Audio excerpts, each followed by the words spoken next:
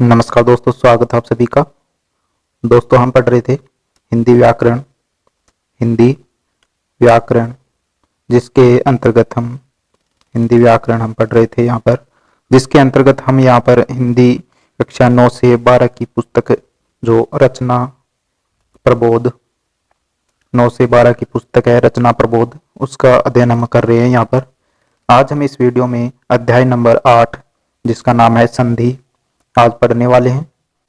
दोस्तों, काफ़ी इम्पोर्टेंट पुस्तक है ये और प्रत्येक एग्जाम में इस पुस्तक से जिसमें हिंदी अंश जुड़ा हुआ है उसमें हिंदी व्याकरण से संबंधित जितने भी क्वेश्चन पूछे जाते हैं उन सभी क्वेश्चनों को इस पुस्तक में से पूछा जाता है।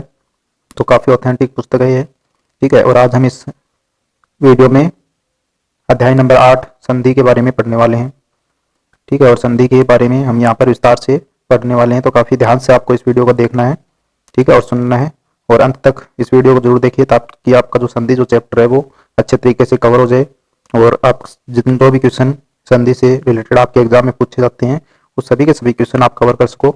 तो इसलिए इस वीडियो को बड़े ध्यान से और अंत तक देखना है। अगर वीडियो पसंद आए तो प्लीज़ वीडियो को लाइक कर दीजिए और चैनल को सब्सक्राइब कर लीजिए जिससे कि ऐसे ही इंपॉर्टेंट वीडियो आपको प्राप्त हो जाए, और बेल आइकन जरूर दबा लीजिए जिससे कि जैसे ही वीडियो अपलोड किया जाता है उसका नोटिफिकेशन आपको मिल जाए। तो चलिए दोस्तों, आज हम इस वीडियो में शुरू करते हैं संधि। काफ़ी इंपॉर्टेंट टॉपिक है ये संधि, हर एग्जाम में पूछा जाता है यहाँ से क्वेश्चन। तो चलिए शुरू करते हैं आज का ये महत्वपूर्ण वीडियो। तो सबसे पहले देखते हैं यहाँ पर संधि का शाब्दिक अर्थ योग या अथवा मेल होता है, ठीक है। संधि का शाब्दिक अर्थ होता है वो योग या मेल होता है, अर्थात देखें तो दो ध्वनियों या फिर दो वर्णों के मेल को से होने वाला जो विकार है उसको ही संधि कहा जाता है। संधि की परिभाषा देखें तो जब दो वर्ण पास पास आते हैं या मिलते हैं तो उनमें विकार उत्पन्न होता है, अर्थात वर्ण में परिवर्तन हो जाता है। यह विकार युक्त जो मेल होता है उसी को संधि कहा जाता है, ठीक है। जब दो वर्ण अपने पास पास में आते हैं तो उनमें एक विकार उत्पन्न हो जाता है और विकार से उस वर्ण में परिवर्तन आ जाता है, जिससे उस विकार युक्त मेल को ही क्या कहा जाता है, संधि कहा जाता है। कामता प्रसाद गुरु के अनुसार दो निर्दिष्ट अक्षरों के आसपास आने के कारण उनके मेल से जो विकार उत्पन्न होता है उसे संधि कहते हैं।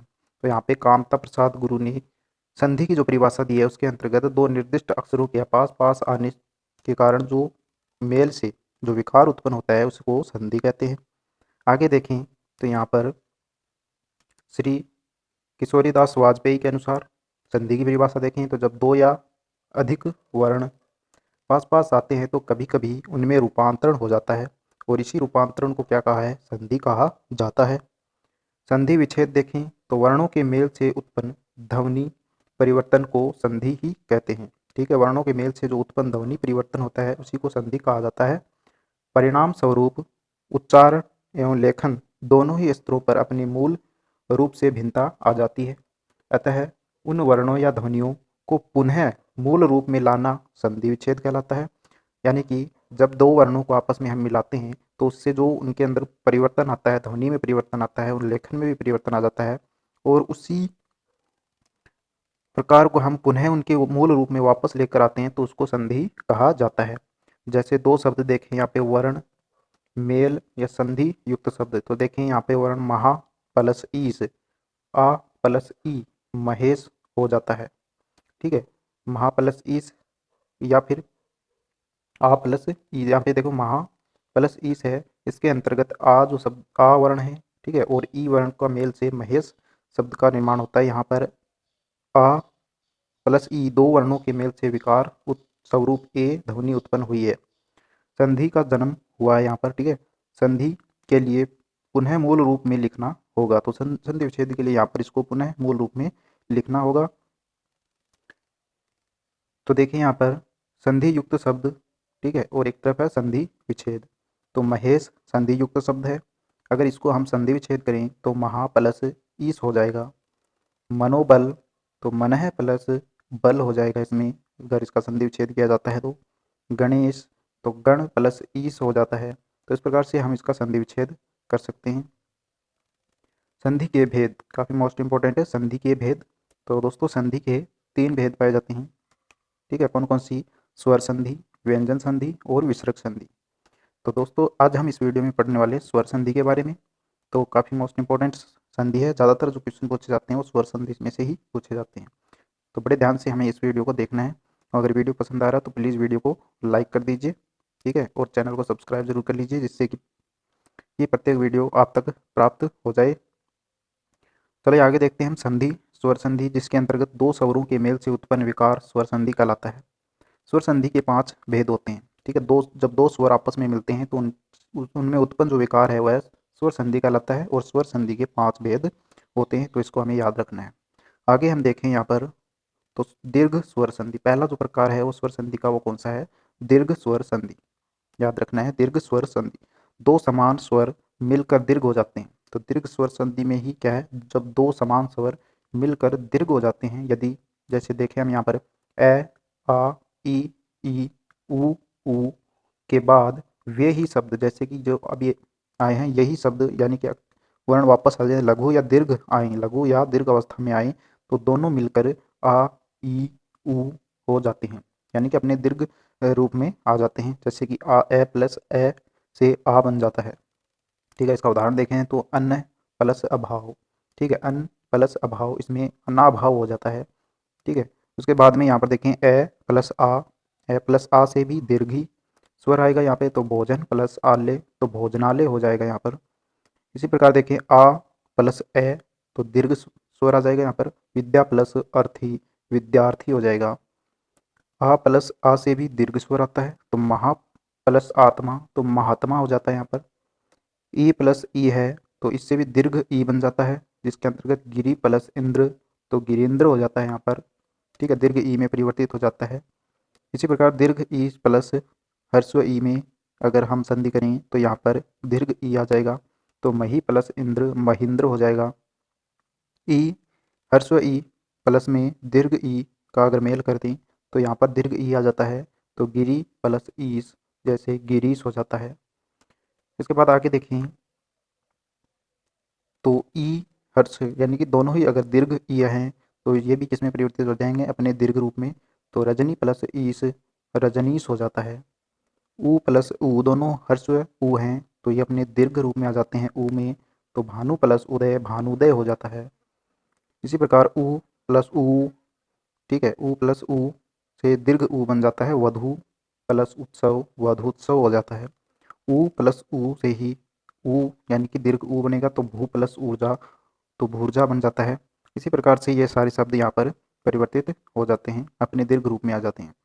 उसके बाद देखिए अगली जो संधि है वो है गुण संधि, ठीक है। गुण संधि के अंतर्गत क्या होता है कि यह ए या यदि ए या आ के बाद ई या ह्रस्व या दीर्घ ई आता है, या ह्रस्व यानी कि छोटा ऊ या फिर बड़ा ऊ आता है, और री आए तो दोनों मिलकर ए, यानी कि ई या ई आता है तो ए बन जाता है, और ऊ या फिर बड़ा ऊ आता है तो ओ बन जाता है, और री के आने पर अर हो जाता है, स्वर में परिवर्तन हो जाते हैं। जैसे उदाहरण के लिए देखें यहाँ पर हम, तो उदाहरण देखें तो ए के बाद में यदि ई आता है तो ए बन जाता है, छोटे वाला ऊ ए बन जाता है, तो देव प्लस इंद्र देवेंद्र हो जाता है, ठीक है। ए प्लस ई दीर्घ ई आता है तो भी क्या है? हर्स्व, यानी कि छोटा ए बन जाता है। गण प्लस ईस तो गणेश हो जाता है। आ के बाद यदि छोटी ई आती है तो ए बन जाता है, तो यथा प्लस ईस्ट यथेष्ट हो जाता है। आ के बाद यदि ह्रस्व या दीर्घ ई आता है तो ए बन जाता है, तो रमा प्लस ईश रमेश हो जाता है।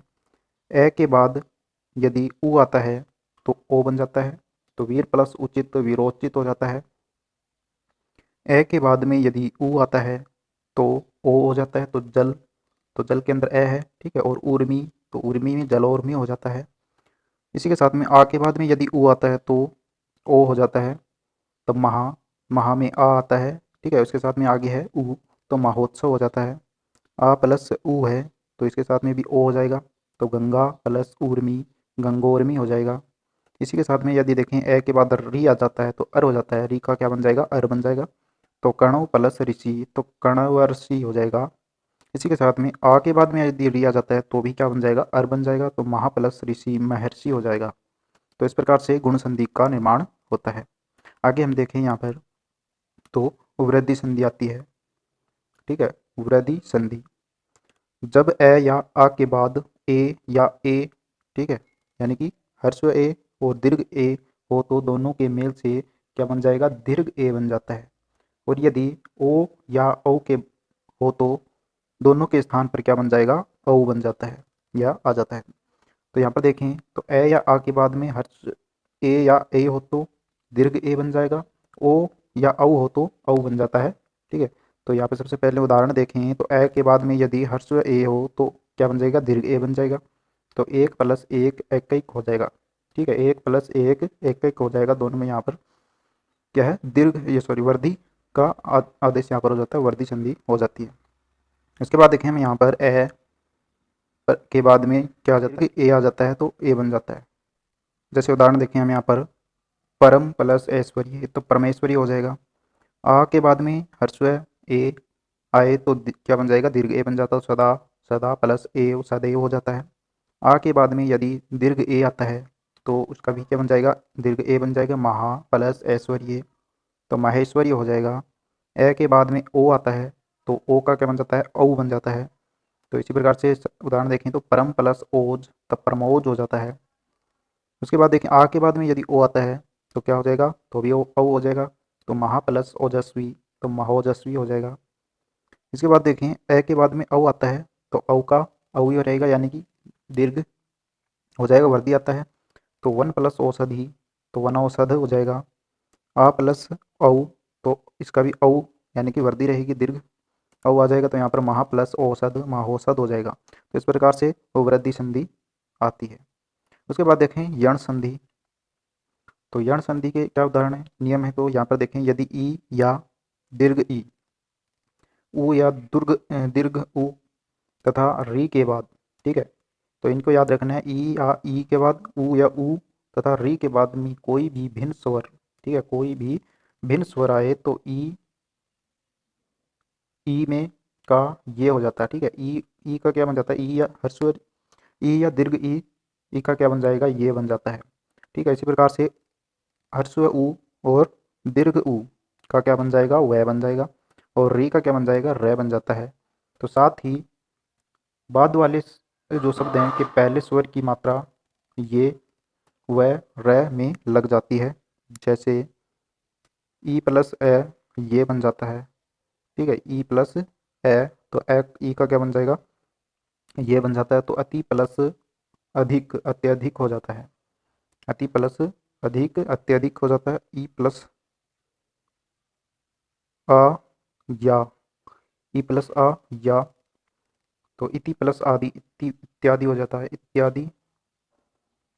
ई दीर्घ ई के साथ में अगर आ आता है तो या बन जाता है, तो नदी + आगम नद्यागम हो जाता है।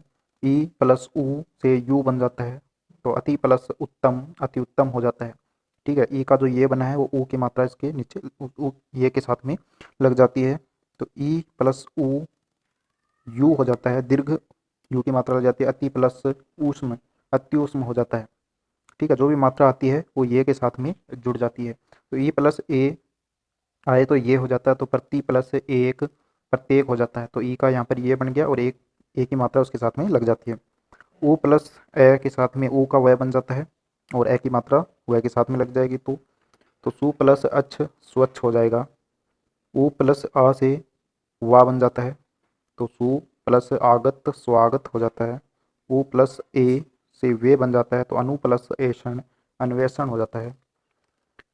इसके साथ में आगे उ + ई से वी बन जाता है, अनु + इति अनुव्यति अनुव्यति हो जाता है। री के आने पर क्या बन जाता है, रे, री का रे बन जाता है, और आ की मात्रा साथ में लग जाए तो फिर पित्र + आज्ञा पित्राज्ञा हो जाता है। इस प्रकार से यण संधि की जाती है। उसके बाद में आती है अयादि संधि। अयादि संधि, अयादि संधि के क्या नियम है यहाँ पर देखें तो यदि ए या ए के ओ या औ के बाद में कोई भी भिन्न स्वर आए तो ए का ऐ हो जाता है, ऐ का आय हो जाता है, ठीक है, और ओ का औ और औ का आउ हो जाता है। तो ये ध्यान रखना है हमें।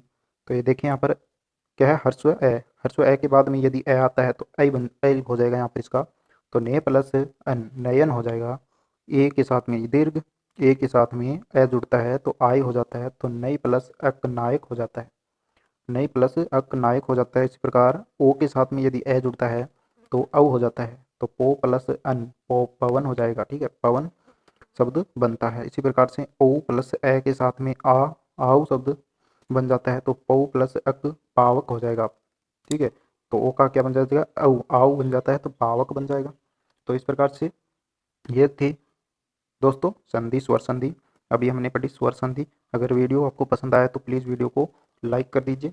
ठीक है, और ज़्यादा से ज़्यादा संख्या में चैनल को सब्सक्राइब करके बेल आइकन ज़रूर दबा लीजिए, जिससे कि आपका क्या है, जो भी नोटिफिकेशन आएगा, वीडियो अपलोड किया जाता है उसका नोटिफिकेशन आपको प्राप्त हो जाएगा। वीडियो आपको कैसा लगा वह कमेंट्स बॉक्स में ज़रूर कमेंट करके हमें बताइए।